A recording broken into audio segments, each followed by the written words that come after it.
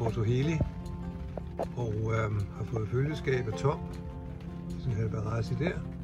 Og længere nede der ligger en anden dansk båd, der hedder Pubu, som vi var over at få drinks på i går aftes. Vi har prøvet meget forskelligt vejr. Men jeg er nødt til at sige det her. Det der tager prisen. Og meget ubehageligt.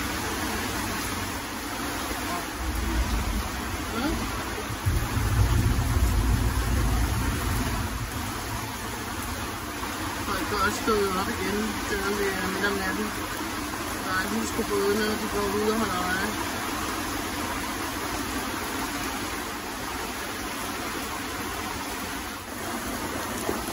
Så har vi lige en situation udover. Det er så vanligt. Erhvervet i sig selv er jo heller ikke særlig så vanligt. Men så kommer der lige ham katamaranen, som jeg var oppe og mundhugges med i dag. Det var måden, han kastede anker på. Og nu ligger han her. I kan se, hvor tæt han ligger på os. Han kommer tættere og tættere på. Og så har han også båden lige bagved, som også er i fare. Ja, så gik det så godt, så katamaranen fik sit anker op, efter han ikke blev bøvlet og kommet tættere og tættere på. Og nu er han så sejlet ind ud af havnen. Og så er der ham herude. Hvad han nu har i gang i, det ved jeg ikke rigtigt. Måske han bare ligger og svinger. Vi satte lidt motorkraft på. Og tændt på ankerlyset. Og sejler lidt fremad. For at slå mål mod. Og her der får vi så pludselig besøg af Tom. Det er altså ikke så heldigt. Jeg ved, om han ikke har styr på noget. Nej, jeg ved ikke, hvad han vil. Hans anker er måske røget, eller?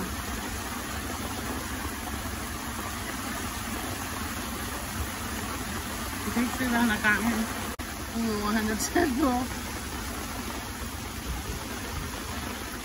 Det her. Og se nu Tom her. Nu, han har lige været ret tæt på os. Og kunne fortælle, at hans bror ikke virker. Sådan fik jeg, det var i hvert fald det, jeg forstod. Men det ser ud som om, de har taget ham til noget derovre. Ej.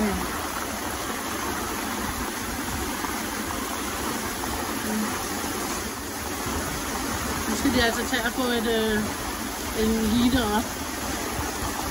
Det er fenderne, de åbner nu.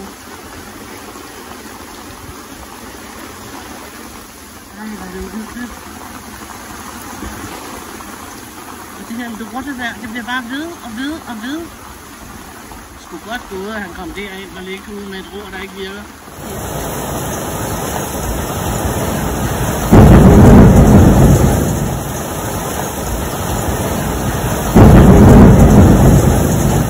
Det brænder stadig herovre. Men nu har vi fået fat i forskibet også, før det var den ene del af det. Og der kunne man se sejlet stå og blafre, men det gør det så altså ikke mere. Det her er fandme drama på flere felter og lager. Nå Karl, nu har vi været i gang i 8 timer. Ja, i hvert fald. Det er nok plus. Det værste, jeg nogensinde har oplevet. Ja. Det er det mest forfærdelige tordenvejr. Og indimellem så kommer der nogle brand, og der er både hvor anker er gået, og hvor der har været bange for at støde ind i hinanden. Det er virkelig meget, meget skræmmende det her. Ja.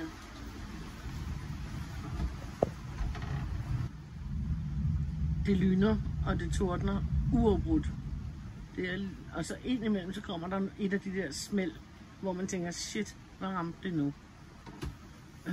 Ja, det er bare skide hyggeligt.